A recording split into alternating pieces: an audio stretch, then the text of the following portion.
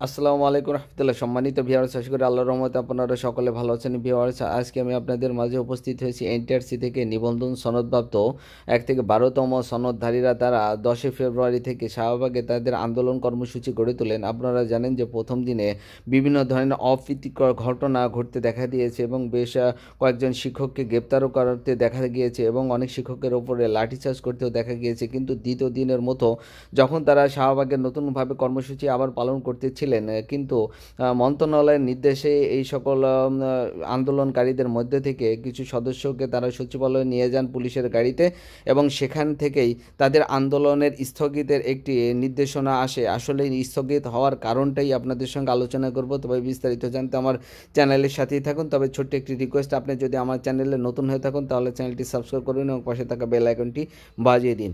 শিক্ষক নিবন্ধন ও প্রত্যয়ন কর্তৃপক্ষের নিবন্ধিত নিয়োগ প্রত্যাশিতরা আন্দোলন স্থগিতের ঘোষণা দিয়েছেন। মঙ্গলবার 11 ফেব্রুয়ারি বিকালে এ ঘোষণা দেন আন্দোলনের প্রধান সমন্বয়ক GM ইয়াসিন।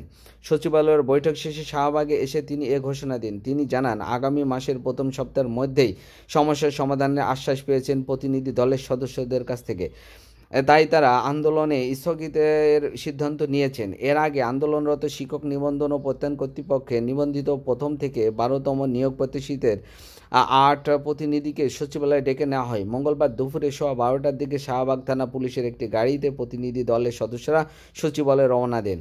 প্রতিনিধি দলে ছিলেন আন্দোলনের প্রধান উপদেষ্টা আমির আহসাব এবং প্রধান সমন্বয়ক জিম ইয়াসিন, সমন্বয়ক আল মোমিন, সমন্বয়ক মোহাম্মদ মোস্তফা কামাল, সমন্বয়ক আব্দুল কুদ্দুস, সদস্য তসলিমা খাতুন, শিল্পী সদস্য রাজিয়া সুলতানা রথি এবং বিভাগীয় প্রতিনিধি আব্দুল মমিন পলাশ।